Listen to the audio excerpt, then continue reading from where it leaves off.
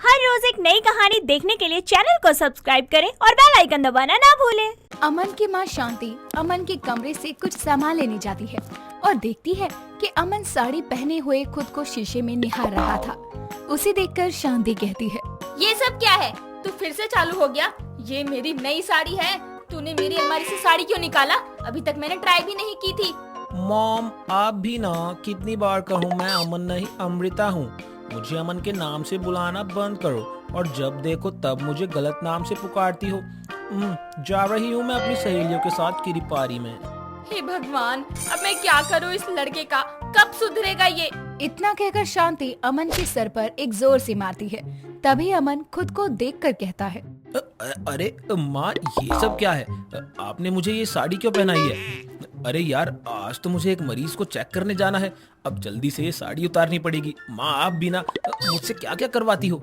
हे भगवान, इस लड़के का क्या होगा? कहने को तो ये डॉक्टर है, लेकिन इसे खुद ही नहीं पता कि ये खुद भी एक मरीज है। सारे कांड करके भूल जाता है और मुझ पर इल्जाम लगा देता है। अब मैं इसका क्या करूं?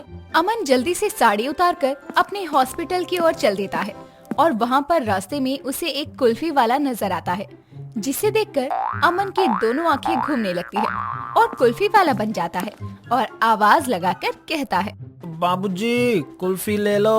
अरे बच्चन के लिए कुल्फी ले लो। तुम्हार बच्चा कुल्फी मांगत है बाबूजी।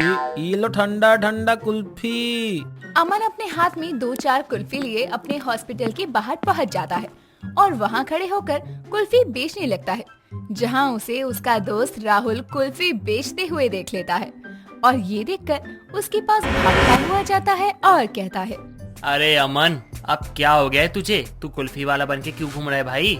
अच्छा ये सब छोड़, जल्दी चल, अंदर मरीज इंतजार कर रहे हैं तेरा। अरे भैया जी, अपने बच्चन के लिए एक कुल्फी लाई लो ना। अरे हमारे घर में हमारी मेहरारू बीमार है, उसके खातिर हमको दवाई लेनी है। एक कुल्फी खरीद लो ना बाबूजी, तुम्हार बच्चा खुश रहेगा। हे भगवान, इसकी शादी कब हुई और इसकी बीवी आई तो आई कहाँ से? ये आदमी एक दिन मुझे पागल कर देगा। एक मिनट, लगता है इसकी बीमारी बाहर आ गई है। इसे ठीक करना पड़ेगा। अगर किसी ने इसे हॉस्पिटल के बाहर कुल्फी बेचते हुए देख लिया तो इसकी और मेरी दोनों की नौकरी जाएगी। राहुल इतना कहकर अमन के सर पर एक जोर से चाटा मारता है और फिर अमन होश में आकर कहता है, अबे अबे, ये क्या हो रहा है? मेरे थप्पड़ क्यों मार रहा है? और तूने ये कुल्फी मुझे क्यों पकड़ा रखी है? ये क्या हो रहा है? कुछ तो बता। ये सही है भाई, एक तो तू कांड करता है, ऊपर से भूल जाता है और फिर हमें ही सुनाता है।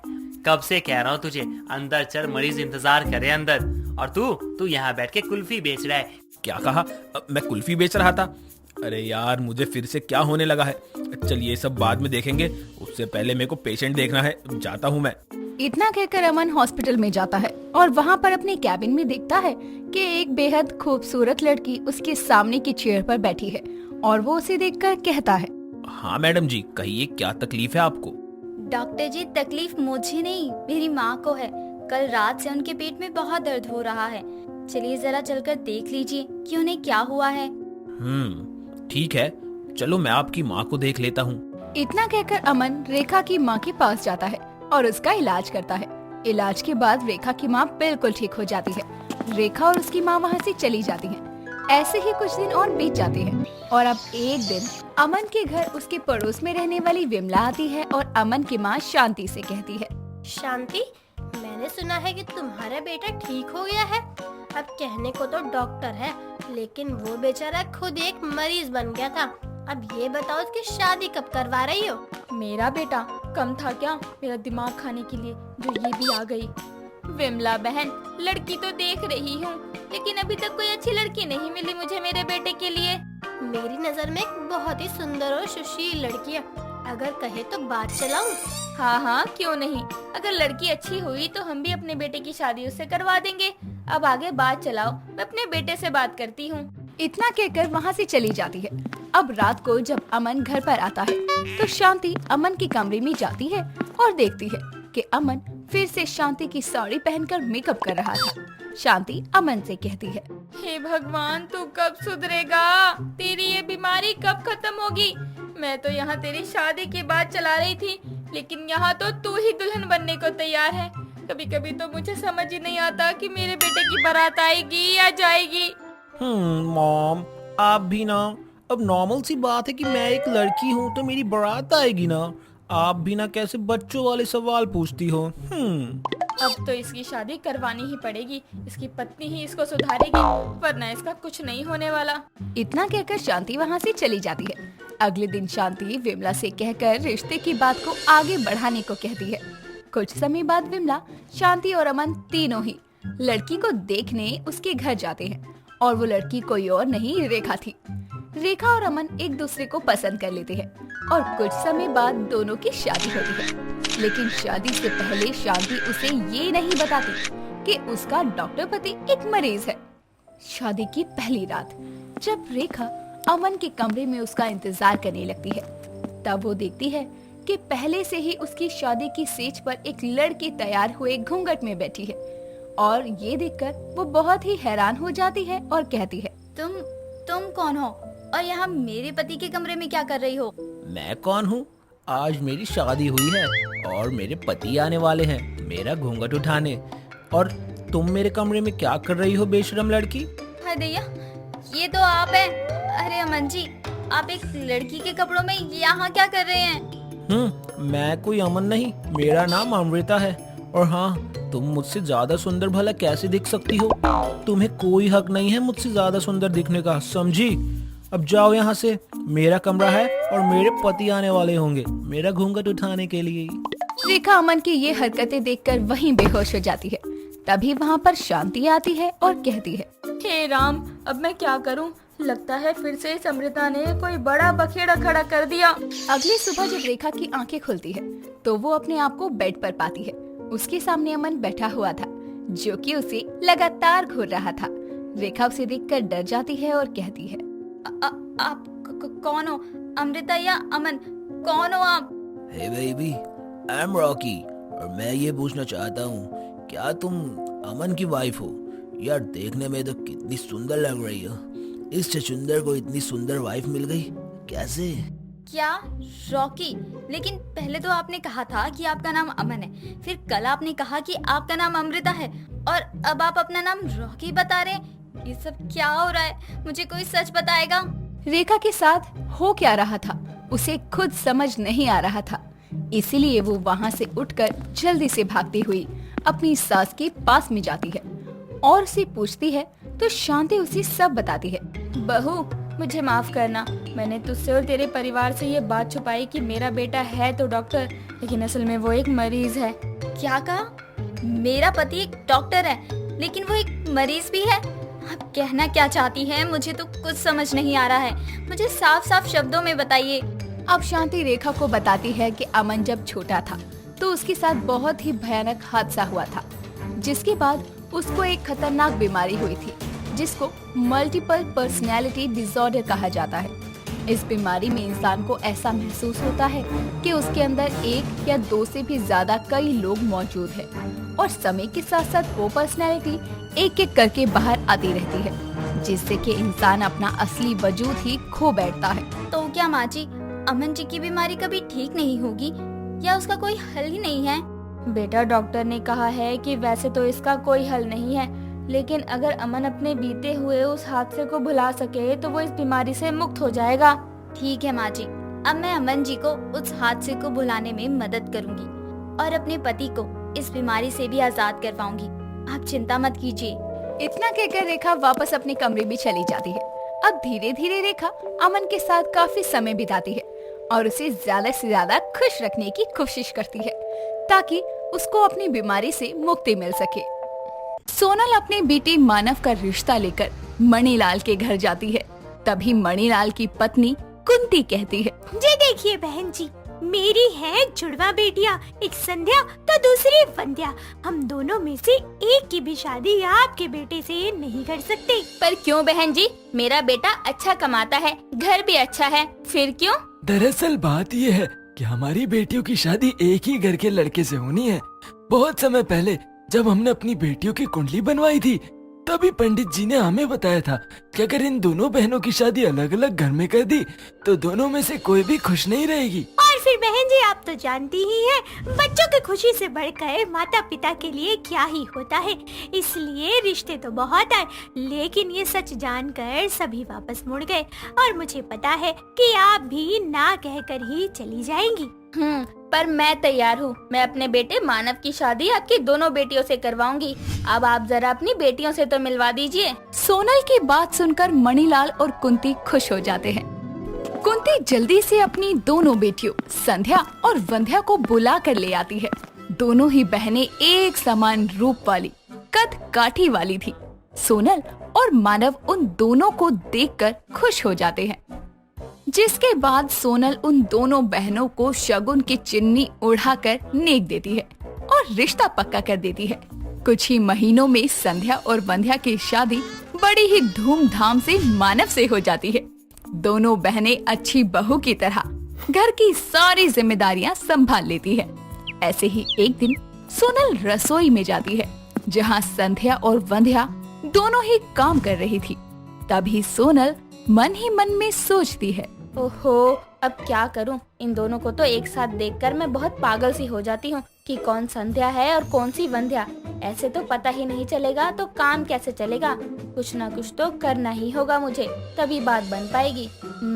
एक काम करती हूँ, हाँ यही सही रहेगा। कुछ सोचकर सोनल अपने कमरे में जाती है और सफेद और काले मोतियों की दो अलग अलग माला लेकर आती है और उन दोनों बहुओं को आवाज देती है, संध्या बहू, वंध्या बहू, यहाँ आओ। जी माँ जी, आपने बुलाया? क्या काम है माँ जी? देखो बेटा, बुरा मत मानना, पर तुम दोनों एक जैसी हो, जिस वजह से हर कोई तुम दोनों में धोखा खा जाता है। इसलिए मैं तुम दोनों के लिए ये मोतियों की माला लेकर आई हूँ। संध्या, ये सफेद मोतियों की माला तेरे लिए, और वंध्या, ये काले मोतियों की माला तेरे लिए। इससे तुम दोनों के बीच का अंतर पहचान में आ जाएगा। जी माँ जी, जैसा आप कहें। इतना कहकर दोनों अपनी अपनी माला गले में पहन लेती है। ऐसे ही वक्त गुजरता है, जहाँ संध्या मानव के बहुत करीब थी, तो वहीं वंध्या को ये सब बिल्कुल अच्छा नहीं लगता था। वो मानव की दूसरी पत्नी बनकर खुश नहीं थी, उसे अपना अलग घर चाहिए था। ऐसे ही एक रात मानव वंध्या के पास जाता है और उसे जोर से गले लगा लेता है। तभी वंध्या बोलती है, ये क्या कर रहे हैं आप? अरे कैसा मजाक कर रही हो? पति हूँ मैं तुम्हारा, अपनी पत्नी को प्यार कर रहा हूँ। प्यार करना है तो संध्या के पास जाओ ना, यहाँ क्यों आए हो? क्या मतलब तुम्हारा? मेरे कहने का मतलब है कि मेरी थोड़ी तबीयत खराब है, तो मैं आराम करना चाहती हूँ। आज रात आप संध्या के पास चले जाइए। क्या हुआ, दवाई ली तुमने? जी जी, मैंने दवाई ले ली है, बस सर में थोड़ा दर्द था, आराम करूँगी तो ठीक हो जाएगा। वंध्या किसी तरह से झूठे मूठे बहाने लगाकर मानव को अपने कमरे से बाहर भेज देती है। ऐसे ही वक्त गुजरता जाता है, जहाँ एक तरफ संध्या और मानव की नजदीकियाँ बढ़ रही थी, वहीं दूसरी तरफ वंध्या फेसबुक के जरिए नकुल नाम के लड़के के संपर्क में आती है और उससे बातें करने लगती है। ऐसे ही एक शाम संध्या वंध्या के पास जाकर कहती है, वंध्या, क्या बात है, आजकल मैं देख रही हूँ तुम किसी से बात नहीं करती, सारा दिन बस अपने कमरे में बैठी फोन चलाती रहती हो। सब ठीक तो है ना? सब ठीक है, मुझे क्या होगा? तुम्हारे और मानव जी के बीच में सब ठीक तो है ना? देखो संध्या, मैं सीधी साफ बात कहती हूँ, हम जुड़वा बहनें हैं। हमारा रंग रूप आवाज भले ही एक जैसा हो, लेकिन हम दोनों का दिल दिमाग एक जैसा नहीं है।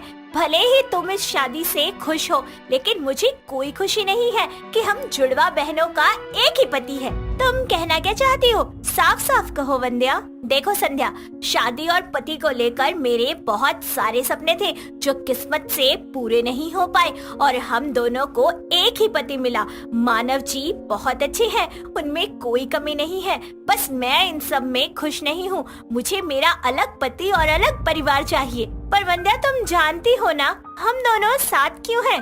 जानती हूँ, इसलिए कुछ कह नहीं पाती हूँ।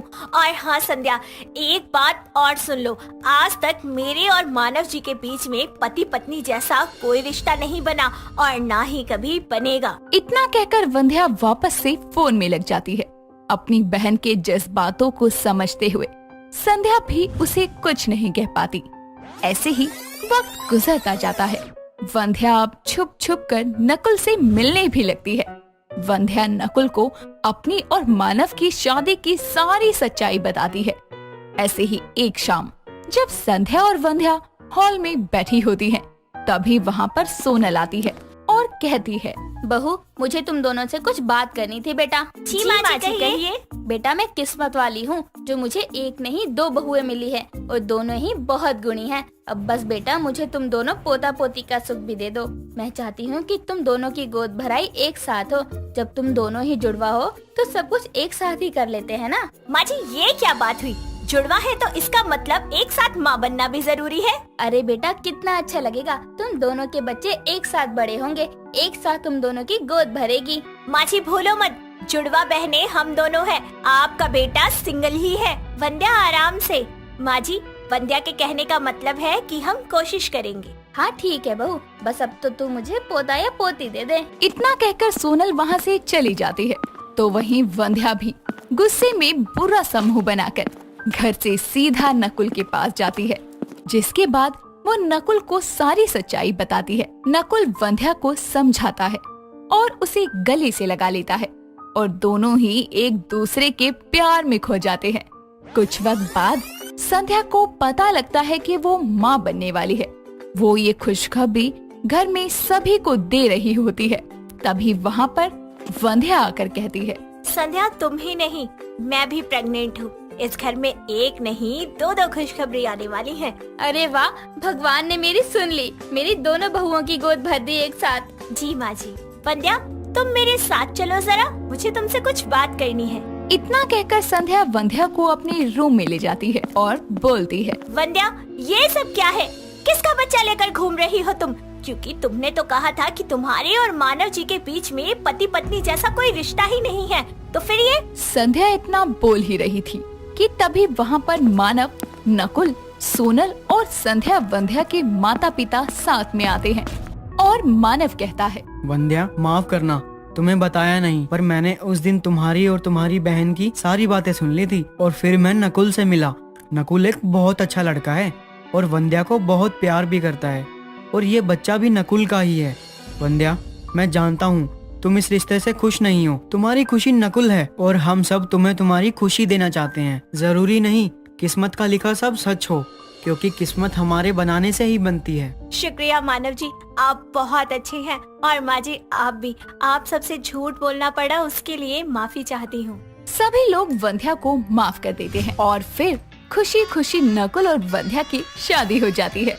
9 महीने बाद दोनों ही बहनें सुंदर बेटों को जन्म देती है और अलग अलग घर में होने के बावजूद भी अपनी जिंदगी में बहुत खुश रहती हैं। दोस्तों, अगर आपको ये कहानी पसंद आई तो इसे लाइक करें, शेयर करें और कमेंट करके बताएं कि कहानी में आपको सबसे अच्छा क्या लगा।